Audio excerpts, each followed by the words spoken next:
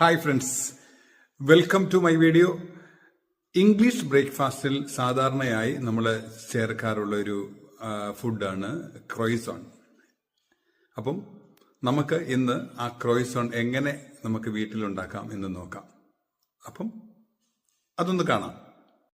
അതിനായി ഞാനൊരു 250 gram butter unsalted എടുത്തിട്ടുണ്ട്. അതൊന്ന് സോഫ്റ്റൻ ചെയ്ത് ഒരു റെക്ടാംഗുലർ ഷേപ്പിലാക്കി നമുക്ക് അല്പനേരം നമ്മുടെ ഫ്രിഡ്ജിൽ വെക്കണം നന്നായി. ശേഷം ഞാൻ പിന്നീട് ഒരു 300 ഗ്രാം മിൽക്ക് ഇവിടെ എടുക്കുന്നുണ്ട്. ഒരു 10 ഗ്രാം ഷുഗർ ആഡ് ചെയ്ത് ഒന്ന് വാം ചെയ്തതിന് ശേഷം ഞാൻ അല്പം ഈസ്റ്റ് അതിലേക്ക്, ഒരു 5 ഗ്രാം ഈസ്റ്റ് ഞാൻ അതിലേക്ക് നന്നായിട്ട് വിസ്ക് ചെയ്യുന്നുണ്ട്. അത് നന്നായിട്ട് സോഫ്റ്റൻ ആയി കഴിയുമ്പോൾ ഞാൻ അല്പം 500 ഗ്രാം ഫ്ലവർ ആണ് ഞാൻ ഉപയോഗിക്കുന്നത്. 500 gram flower and 50 gram butter, 5 gram salt എന്നിവ ഞാൻ ചേർത്ത് ഡോ തയ്യാറാക്കുന്നുണ്ട്.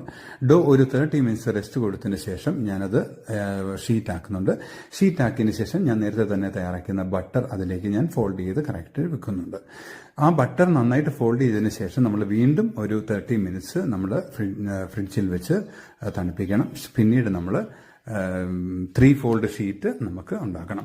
ആ സമയം ഞാൻ അല്പം സ്റ്റഫിങ് റെഡിയാക്കുന്നുണ്ട്. അല്പം ബനാന ചോപ്പ്, അല്പം ശർക്കര, അല്പം ക്യൂമിൻ പൗഡർ, അല്പം ഏലക്ക പൗഡർ എന്നിവ ചേർത്ത് ഞാൻ ആ ക്രൂസോണിലേക്കുണ്ട സ്റ്റഫിങ് ഞാൻ റെഡിയാക്കുന്നുണ്ട്. അതിനുശേഷം ഞാൻ മാറ്റി വെച്ചതിന് ശേഷം ഞാൻ നേരത്തെ തന്നെ ഫ്രിഡ്ജിൽ വെച്ചിരുന്ന ഡോ എടുത്ത് നമുക്ക് ഷീറ്റ് ചെയ്യാം. ഞാൻ ആ 3 ഫോൾഡ് ഷീറ്റ് ചെയ്യുന്നുണ്ട്. ആ 3 ഫോൾഡ് ഷീറ്റ് നമ്മൾ 2 പ്രാവശ്യം നമ്മൾ ഷീറ്റ് ചെയ്തിരിക്കണം. ഇത് ഞാനിപ്പം ഫസ്റ്റ് ഷീറ്റിംഗ് ചെയ്യുന്നു. ഒരു 3 ഫോൾഡ് ചെയ്തതിന് ശേഷം ഞാൻ അതുപോലെ 2 ഷീറ്റ് ചെയ്യുന്നുണ്ട്.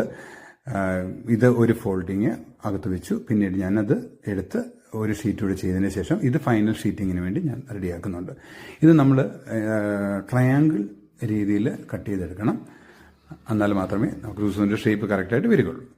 എന്നിട്ട് നമുക്ക് ആ എൻഡിൽ സ്റ്റഫിങ് വെച്ച് കൊടുക്കുക. എന്നിട്ട് സ്ലൈറ്റ്ലി ഫോൾഡ് ചെയ്ത് റെഡിയാക്കി നമുക്ക് ഇത് അല്പനേരം നമ്മൾ റെസ്റ്റിങ്ങിന് കൊടുക്കണം. ഒരു എഗ് വാഷ് നമുക്ക് സ്പ്രേ ചെയ്യണം. സ്പ്രേ ചെയ്ത് ഞാനിവിടെ 2 രീതിയിൽ കുക്ക് ചെയ്തെടുക്കുന്നുണ്ട്. ഒന്ന് ഡബിൾ കുക്കിംഗ് മെത്തേഡിൽ കുക്കറിൽ കുക്ക് ചെയ്യുന്നുണ്ട്.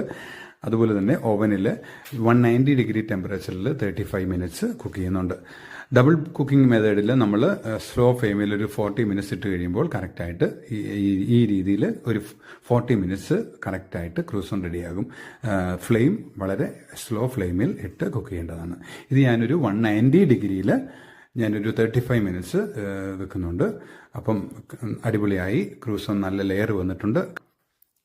കട്ട് ചെയ്തപ്പോൾ കറക്റ്റായിട്ട് ലെയറൊക്കെ വന്നിട്ടുണ്ട്. സൂപ്പറായിട്ടുണ്ട്. അപ്പം എൻ്റെ ഈ ബനാന ക്രോയിസോൺ എല്ലാവർക്കും ഇഷ്ടപ്പെടുന്നു കരുതുന്നു. അടുത്തൊരു നല്ല വീഡിയോയിൽ കാണാം. Thank you very much.